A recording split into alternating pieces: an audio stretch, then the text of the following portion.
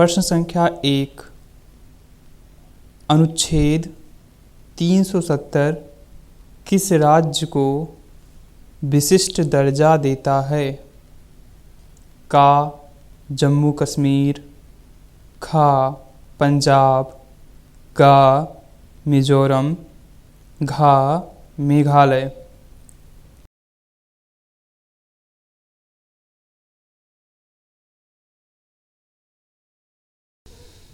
मैं इस पंक्ति को पुनः दोहरा रहा हूँ।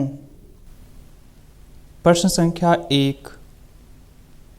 अनुच्छेद 370 किस राज्य को विशिष्ट दर्जा देता है?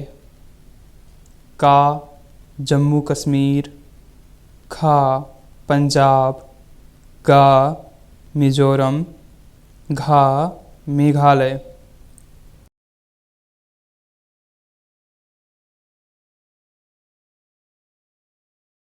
प्रश्न संख्या 2।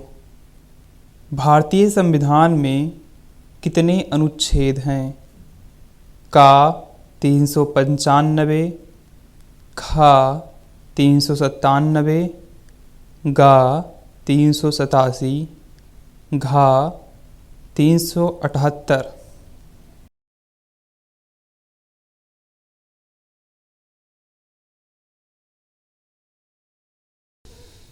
मैं इस पंक्ति को पुनः दोहरा रहा हूँ। प्रश्न संख्या 2। भारतीय संविधान में कितने अनुच्छेद हैं? का 395, खा 397, गा 387, घा 378।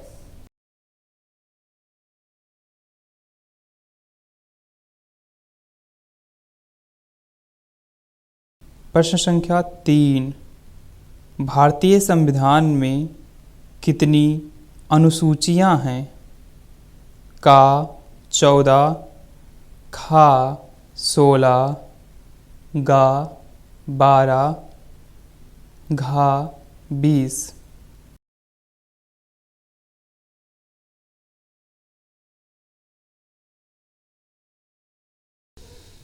मैं इस पंक्ति को पुनः दोहरा रहा हूँ। प्रश्न संख्या 3। भारतीय संविधान में कितनी अनुसूचियां हैं? का 14, खा 16, गा 12, घा 20।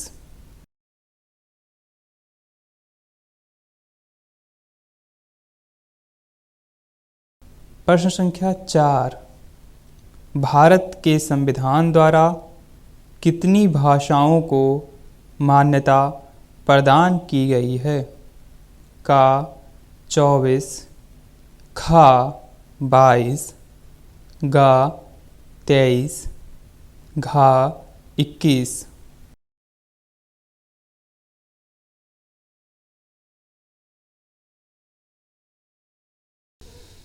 मैं इस पंक्ति को पुनः दोहरा रहा हूँ। प्रश्न संख्या 4।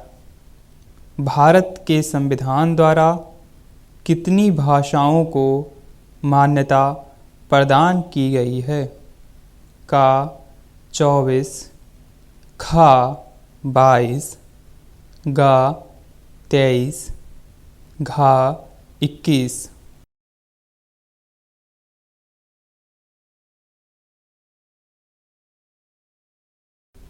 प्रश्न संख्या 5।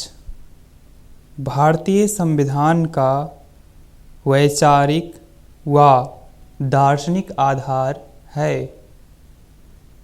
का उदारवाद, खा साम्यवाद, गा राष्ट्रवाद, घा उपभोक्तावाद।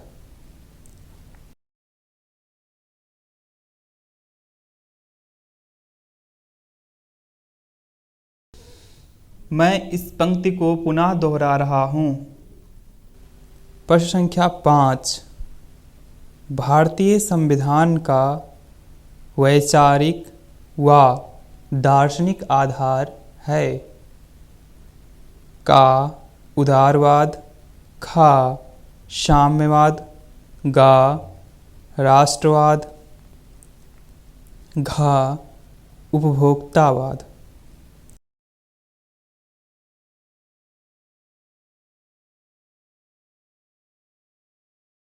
प्रश्न संख्या 6। संविधान का आधार राजनीतिक दर्शन होता है, समझाइए। प्रश्न संख्या 7। भारतीय संविधान के दर्शन के मुख्य तत्व कौन से हैं? प्रश्न संख्या 8। धर्मनिरपेक्ष का क्या अर्थ है?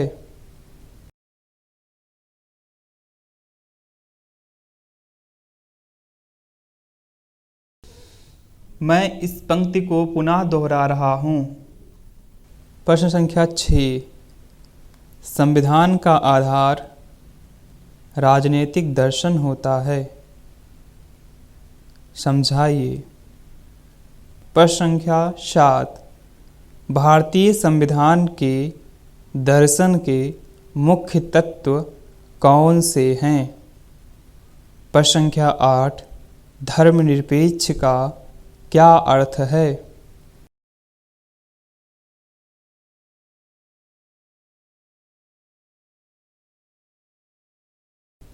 प्रश्न संख्या 9। संविधान की प्रस्तावना के विषय में आप क्या जानते हैं? प्रश्न संख्या 10। व्यक्तिगत गरिमा का क्या अर्थ है?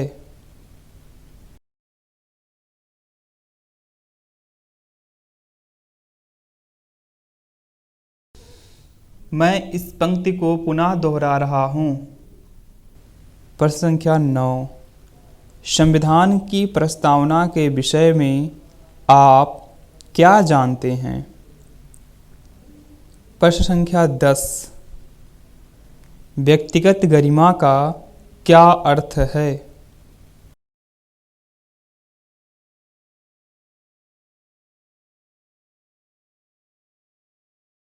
प्रश्न संख्या 11।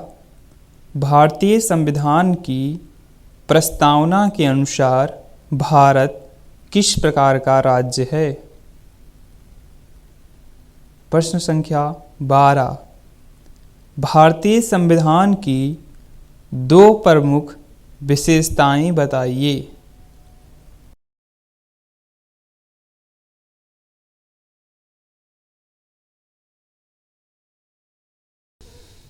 मैं इस पंक्ति को पुनः दोहरा रहा हूँ। प्रश्न संख्या 11। भारतीय संविधान की प्रस्तावना के अनुसार भारत किस प्रकार का राज्य है? प्रश्न संख्या 12। भारतीय संविधान की दो प्रमुख विशेषताएं बताइए।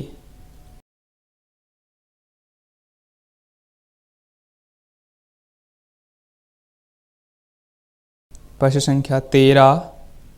भारत के संविधान का निर्माण किसके द्वारा किया गया? प्रश्न संख्या 14। उदारवाद से आप क्या समझते हैं? प्रश्न संख्या 15। संघीय समाज से आप क्या समझते हैं?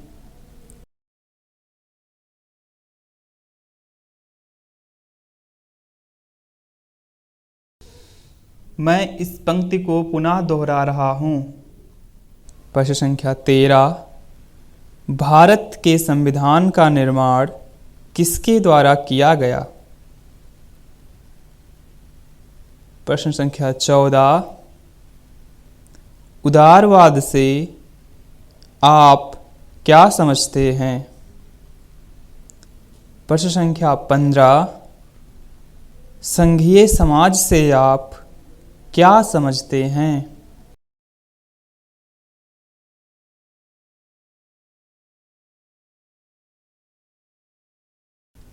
प्रश्न संख्या 16। ऐसा क्यों कहा जाता है कि भारतीय संविधान को बनाने की प्रक्रिया प्रतिनिधिमूलक नहीं थी। क्या इस कारण हमारा संविधान प्रतिनिधियात्मक नहीं रह जाता? अपने उत्तर के कारण बताएं।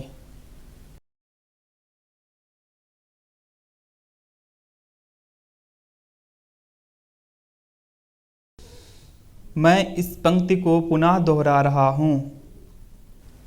प्रश्न संख्या 16। ऐसा क्यों कहा जाता है कि भारतीय संविधान को बनाने की प्रक्रिया प्रतिनिधिमूलक नहीं थी?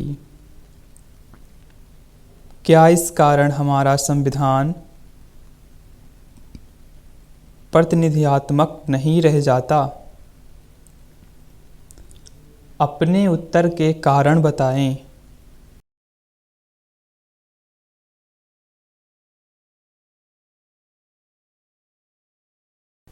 प्रश्न संख्या 17। भारतीय संविधान की एक सीमा यह है कि इसमें लैंगिक न्याय पर ध्यान नहीं दिया गया है। आप इस आरोप की पुष्टि में कौन से प्रमाण देंगे?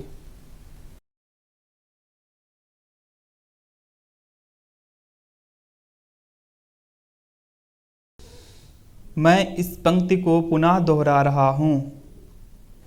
प्रश्न संख्या 17। भारतीय संविधान की एक सीमा यह है कि इसमें लैंगिक न्याय पर ध्यान नहीं दिया गया है। आप इस आरोप की पुष्टि में कौन से प्रमाण देंगे?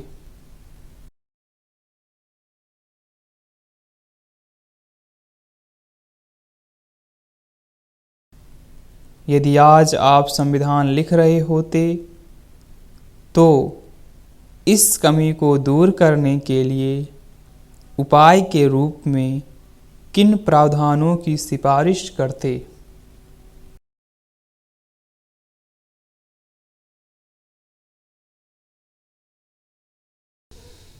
मैं इस पंक्ति को पुनः दोहरा रहा हूँ। यदि आज आप संविधान लिख रहे होते तो इस कमी को दूर करने के लिए उपाय के रूप में किन प्रावधानों की सिफारिश करते?